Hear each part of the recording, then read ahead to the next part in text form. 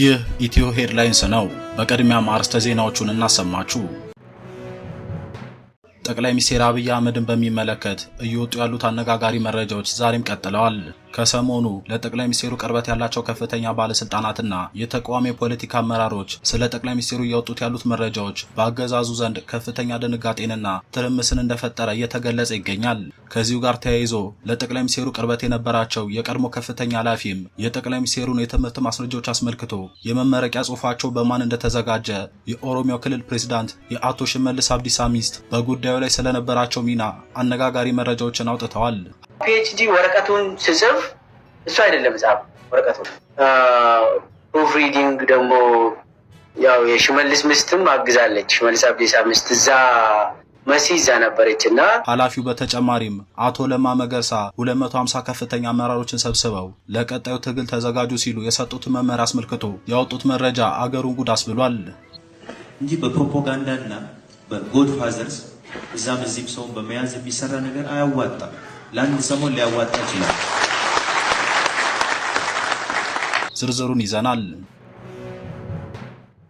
በአማራ ክልል ዘመቻ ማዕበል በሚል እየተደረገ ያለው አዲሱ ዘመቻ ከፍተኛ ሰብአዊና ቁሳዊ ጉዳትን እያደረሰ ዛሬም ቀጥሏል። የብልጽግናው አገዛዝ እስከ ሰኔ 30 ድረስ የፋኖ ኃይሎችን አጠፋለሁ ብሎ በጀመረው በዚህ ዘመቻ ከግንባር ከተሰለፈው ሰራዊት ባሻገር ህዝቡም ድጋፍ ማድረግ አለበት፣ ካህናትም ታቦታትና ጽላታቸውን ይዘው መውጣት አለባቸው በማለት በዛሬው ዕለት የግዳይ ሰልፍ ማስወጣቱ ተሰምቷል።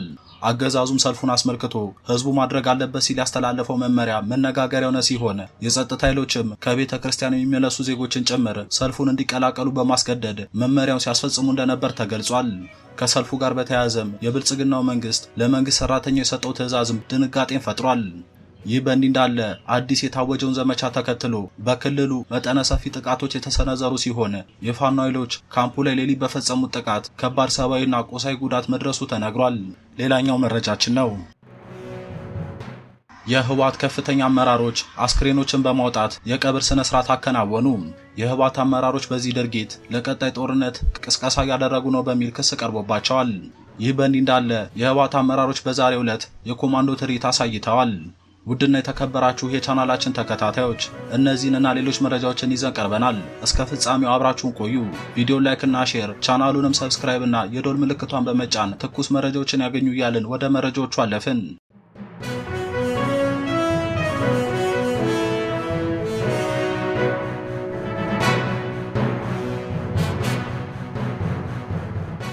በመጀመሪያም ጠቅላይ ሚኒስትር አብይ አህመድን በሚመለከት እየወጡ ያሉት አነጋጋሪ መረጃዎች ዛሬም ቀጥለዋል። ከሰሞኑ ለጠቅላይ ሚኒስትሩ ቅርበት ያላቸው ከፍተኛ ባለስልጣናትና የተቃዋሚ ፖለቲካ አመራሮች ስለ ጠቅላይ ሚኒስትሩ እያወጡት ያሉት መረጃዎች በአገዛዙ ዘንድ ከፍተኛ ድንጋጤንና ትርምስን እንደፈጠረ እየተገለጸ ይገኛል። ለአገዛዙና ለሹማምንቱ ቅርበት ያላቸው ሰዎችም በየሚዲያው እየወጡ መረጃዎቹን በማጣጣልና እነዚህ መረጃዎች በሚያወጣቸው ሰዎች ላይም ስም የማጥፋት ዘመቻዎችን በስፋት እያካሄዱ ይገኛሉ። ከዚሁ ጋር ተያይዞ ለጠቅላይ ሚኒስትሩ ቅርበት የነበራቸው የቀድሞ ከፍተኛ ኃላፊም የጠቅላይ ሚኒስትሩን የትምህርት ማስረጃዎች እንዲሁም አቶ ለማ መገርሳ በስብሰባው ላይ ለአመራሮቹ የሰጡትን መመሪያ አስመልክቶ ያወጡት መረጃ አገሩን ጉድ አስብሏል።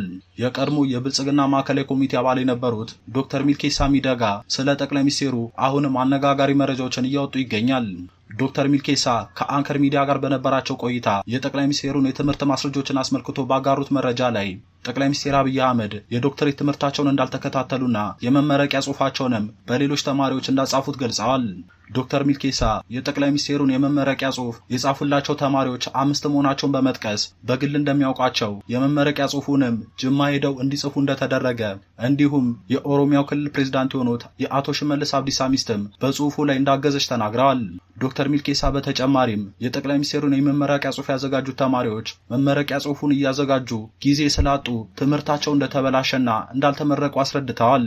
ከአምስቱ አንዱ የፖለቲካ ሳይንስ ተማሪ እንደነበር በዲፓርትመንቱ ሰቃይ እንደነበር የገለጹት ዶክተር ሚልኬሳ የጠቅላይ ሚኒስትሩ መመረቂያ ጽሑፍ ሲያዘጋጅ ጊዜ በማጣቱ ምክንያት ሳይመረቅ እንደቀረ ሲናገሩ ተደምጠዋል። ጠቅላይ ሚኒስትር አብይም በወቅቱ የመመረቂያ ጽሑፋቸውን በእነዚህ 5 ተማሪዎችና በአቶ ሽመልስ አብዲሳ ሚስት ከተዘጋጀላቸው በኋላ ለአንድ ወር ያክል የፌዴራል ስራቸውን አቋርጠው ሲያጠኑ እንደነበር ዶክተር ሚልኬሳ ገልጸው በጥናቱ ጊዜም ለቅርብ ጓደኞቻቸው በጣም እንዳስቸገራቸው መናገራቸውን አስታውሰዋል። ዶክተር ሚልኬሳ በመጨረሻም ጠቅላይ ሚኒስትሩ የተዘጋጀውን የመመረቂያ ጽሑፍ ተለማምደው ካጠኑ በኋላ ባለስልጣናትን ጋብዘው በተገኙበት የመመረቂያ ጽሑፋቸውን አቅርበው ዶክተሬታቸውን እንዳገኙ ገልጸዋል።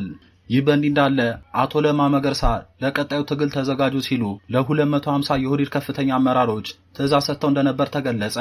አቶ ለማ መገርሳ ይህንን ትዕዛዝ የሰጡት በአዳማ በተካሄደ ስብሰባ ላይ መሆኑን ያስረዱት ዶክተር ሚልኬሳ አቶ ለማ መገርሳ ለአመራሮቹ እኔና አብይ አልተደመርንም፣ እኔና ሱስ ሳንደመር እንዴት ኢትዮጵያን ትደምራላችሁ? መጀመሪያ እኔና አብይ መደመር አለብን፣ 2ም 3ም ወረዳ ይደመር፣ ከዛ ሁሉም ሰው ይደመራል። ግን የአሁኑ ውሸት ነው፣ ለቀጣዩ ትግል ተዘጋጁ ሲሉ መናገራቸውን ገልጸዋል። ዶክተር ሚልኬሳ ቀጥለውም አቶ ለማ ይህንን ንግግር በስብሰባው ላይ ላሉ ከፍተኛ አመራሮች ተናገሩ። በቪኦኤ ላይም ቀርበው ይህንን ተናገሩ። ሆኖም አመራሩና ህዝቡ ጠቅላይ ሚኒስትሩን በመደገፍ የጫጎላ ሽርሽር ላይ ስለነበሩ የሚሰማቸው አጡ። እንዲያውም ኦነጉ ለማ የሚል የአሽሙር ስም አወጡላቸው ሲሉ አስረድተዋል። ዶክተር ሚልኬሳ የአቶ ለማ መገርሳን ሐሳብ በመደገፋቸው 4ቱም የኢህአዴግ ድርጅቶች ፈርሰው ብልጽግና ተብሎ ለአንድ ሰው ሁሉንም ስልጣን መስጠት ኢትዮጵያን አይመጥንም በማለታቸው እሳቸውም ኦነጉ ሚልኬሳ የሚል ስም እንደወጣላቸው ገልጸዋል። በአማራ ክልል ዘመቻ ማዕበል በሚል እየተደረገ ያለው አዲሱ ዘመቻ ከፍተኛ ሰብአዊና ቁሳዊ ጉዳትን እያደረሰ ዛሬም ቀጥሏል። የብልጽግናው አገዛዝ እስከ ሰኔ 30 ድረስ የፋኖ ኃይሎችን አጠፋለሁ ብሎ በጀመረው በዚህ ዘመቻ ከግንባር ከተሰለፈው ሰራዊት ባሻገር ህዝቡም ድጋፍ ማድረግ አለበት፣ ካህናትም ታቦታትና ጽላታቸውን ይዘው መውጣት አለባቸው በማለት በዛሬው ዕለት የግዳጅ ሰልፍ ማስወጣቱ ተሰምቷል። የብልጽግናው አገዛዝ በሁሉም የክልሉ ከተሞች የሚገኙ ዜጎችና ካህናት በሰልፉ ላይ ተገኝተው ጽንፈኛ ሲል የገለጻቸው የፋኖ ኃይሎችን ማውገዝ ግዴታቸው መሆኑን አስገንዝቦ በማይገኙት ላይም እርምጃ ወስዳለሁ ብሎ ማስጠንቀቁ ተገልጿል። አገዛዙ ሌላ ያስተላለፈው መመሪያ መነጋገር የሆነ ሲሆን ይህም መመሪያ ሰልፈኞቹ ነጠላ፣ ፎጣ፣ የፊት መሸፈኛ ጭንብልና ማስክ ይዘው ወደ አደባባይ መውጣት አይችሉም ሲል ያስተላለፈው ሲሆን ከዚህ በፊት ለሰልፍ ሲወጡ ፊታቸው እንዳይታይ ሲሸፈኑ ነበር። አሁን ይህ መደገም የለበትም፣ ሁሉም ፊቱ እየታየ ማውገዝ አለበት ሲል ያስተላለፈው መመሪያ አነጋጋሪ ሆኗል። ሰልፉ ዛሬ እሁድ በተመሳሳይ ሰዓት በሁሉም የክልሉ ከተሞች የተደረገ ሲሆን በተለይ ከቤተ ክርስቲያን የሚመለሱ ሰዎች ሰልፉን ተቀላቅለው እንዲያደምቁ ከቤተ ክርስቲያን የሚመለሱ መንገዶች ላይ የጸጥታ ኃይሎች ስምሪት በመውሰድ ከቤተ ክርስቲያን የሚመለሱ ሰዎችን ወደ ሰልፉ እንዲቀላቅሏቸው መመሪያ ተሰጥቷቸው ሲቀላቅሉ እንደነበር ተነግሯል። በትላንትናው ዕለትም በየከተሞች የሚገኙ ሚሊሻና ካድሬዎች ቤት ለቤት እየዞሩ ሰልፍ የሚወጡና የማይወጡ ሰዎች በማለት ቅስቀሳ እያደረጉና እየመዘገቡ እንደነበር ነዋሪዎች የገለጹ ሲሆን ሰልፉን የሚቀር ከተማ ውስጥ ያለ ጽንፈኛ ወይም ፋኖ ነው እርምጃ ይወሰድበታል በማለት ሲያስፈራሩ እንደነበር ተናግረዋል። ሌላው ሰልፉን በተመለከተ በተሰማው አስደንጋጭ መረጃም በሚካሄደው ሰልፍ ላይ ያልተገኙ የመንግስት ሰራተኞች ላይ እርምጃ ይወሰዳል የተባለ ሲሆን በሰልፉ ላይ ተገኝተው ጽንፈኛ ሲሉ የጠሩትን የፋኖ ኃይል አውግዘው አቴንዳንስ በማያስመዘግቡ ላይ ከሐምሌ ወር ጀምሮ ደሞዛቸው እንዳይከፈል በሚል የተሰጠው ትዕዛዝም በመንግስት ሰራተኛው ላይ ድንጋጤን ፈጥሮ እንደነበር ተሰምቷል። ይህ በእንዲህ እንዳለ አዲስ የታወጀውን ዘመቻ ተከትሎ በክልሉ መጠነ ሰፊ ጥቃቶች የተሰነዘሩ ሲሆን በጥቃቶቹም ከፍተኛ የሆነ ሰብአዊና ቁሳዊ ጉዳት መድረሱ ተገልጿል። በላሊበላ ላስታ ቀጠና በትላንትናው ዕለት ከባድ የተባለ ውጊያ የተደረገ ሲሆን በውጊያውም የመንግስት ኃይሎች ከፍተኛ የሆነ ጉዳት እንደደረሰባቸው ተሰምቷል። በራያ ቆቦ በአካባቢው 4ኛ ቀኑን የያዘው ውጊያ ዛሬም የቀጠለ ሲሆን በዚሁ ቀጠና አራዶም ተብሎ በሚጠራው ካምፕ ላይ የፋኖ ኃይሎች ሌሊት በፈጸሙት ጥቃት ከባድ ሰብአዊና ቁሳዊ ጉዳት መድረሱ ተነግሯል። ጥቃቱን ተከትሎ የመንግስት ኃይሎች ትጥቃቸውንና ንብረታቸውን በካምፕ ውስጥ ጥለው መውጣታቸውን፣ የፋኖ ኃይሎችም ትጥቁንና ንብረቱን ሳይወስዱ እንዳልቀረ የአካባቢው ምንጮች ገልጸዋል።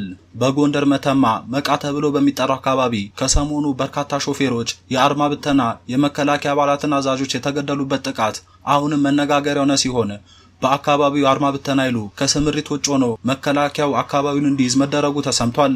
ጉዳዩን አስመልክቶ ዛሬ በተሰማው መረጃ ደግሞ የመከላከያ ከፍተኛ አመራሮች በጥቃቱ ምክንያት አመጽ አስነስቷል ያላቸውን የአድማ ብተና አባላት ተላልፎ እንዲሰጡ ቢጠይቁም የአድማ ብተና ኃላፊው ይህንን በፍጹም አላደርገውም፣ 2፣ 3፣ 5 እያደረኩ የአድማ ብተና አባላትን አሳልፌ ብሰጣችሁ ሌላው ኃይል ይፈርሳል። የአድማ ብተና አባላቱ ያነሱት ጥያቄ የሁላችንም ጥያቄ ነው። እናንተ የምትደግፏቸው ታጣቂዎች ናቸው ጥቃቱን የፈጸሙት፣ እኛንም እየገደሉን ነው። ይሄ መቆም አለበት ሲሉ ምላሽ መስጠታቸው ተሰምቷል። የክልሉ መንግስት ትላንት ባወጣው መግለጫ ላይ በመከላከያ የሚደገፉና ጽንፈኛው ኃይልን እንወጋለን ያሉ ታጣቂዎች በተፈጠረ አለመግባባት በፈጸሙት ጥቃት በርካታ ሾፌሮች፣ የመከላከያና አርማ ብተና አባላት ሕይወታቸው እንዳለፈ መዘገቡ ይታወሳል። በጎጃም ቀጠና ሁለተኛ ቀኑን የያዘው ውጊያም ዛሬ ቀጠለ ሲሆን በአካባቢው የተደረገ ባለው ውጊያ የፋኖ ኃይሎች እርስ በርስ እንዳይተባበሩ ለይቶ የማጥቃት መሆኑን የገለጹት የአካባቢ መረጃ ምንጮች ሆኖም ይህ የተሳካ አይደለም ሲሉ አስረድተዋል። በመጨረሻም የህወሓት ከፍተኛ አመራሮች አስክሬኖችን በማውጣት የቀብር ስነ ስርዓት አከናወኑ። ዛሬ በተከናወነው በዚህ የቀብር ስነ ስርዓት ላይ የህወሓት ሊቀመንበር ዶክተር ደብረጽዮን ገብረ ሚካኤል፣ የህወሓት ጽህፈት ቤት ኃላፊ ፈትለወርቅ ገብረ እግዚአብሔር ወይም መንጆሪኖ፣ የትግራይ መከላከያ የቲዲኤፍ አዛዥ ጀነራል ፍስሐ ኪዳኑ እንዲሁም የክልሉ ጊዜያዊ አስተዳደር ምክትል ፕሬዝዳንት አቶ አማኑኤል አሰፋና ሌሎችም የፓርቲው ከፍተኛ አመራሮች መገኘታቸው ተገልጿል። በትግራይ ሰሜን ምዕራባዊ ዞን አስገደ ወረዳ በሚገኘው ደደቢት በተከናወነው በዚህ የቀብር ስነ ስርዓት ላይ የሟች ቤተሰቦችና የአካባቢው ነዋሪዎች የተገኙ ሲሆን አንዳንዶቹም የሟቾቹን ፎቶግራፎች በመያዝ እርማቸውን አውጥተዋል። እነዚህ አስክሬኖች ከ2013 እስከ 2015 በነበረው ጦርነት ህይወታቸውን ያጡ መሆናቸው የተገለጸ ሲሆን ከተለያየ ቦታ ተሰብስበው ከደደቢት በ10 ኪሎ ሜትር ርቀት ላይ በሚገኘው ጸሊሙ የተባለ ስፍራ ላይ የቀብር ስነ ስርዓታቸው መፈጸሙ ተሰምቷል። የህወሓት ከፍተኛ ኃላፊዎች አጽም የማሰባሰብ ስራ አከናውኖ ትላንት በተሻለ ቦታ ላይ ማሳረፋቸውና ሂደቱ ለቀጣይ ጦርነት ቅስቀሳ እያደረጉ ነው በሚል እየተነገረ ይገኛል። ይህ በእንዲህ እንዳለ የህወሓት አመራሮች በዛሬው ዕለት የኮማንዶ ትርኢት አሳይተዋል።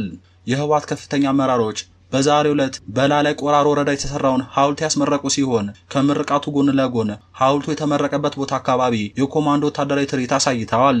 ክቡራን ተመልካቾች ለአሁን ያዝናቸው መረጃዎች በዚህ ያበቁ። ቪዲዮ ላይክ እና ሼር፣ ቻናሉን ሰብስክራይብ እና የደወል ምልክቷን በመጫን ትኩስ መረጃዎችን ያገኙ ያለን ተሰናበትን።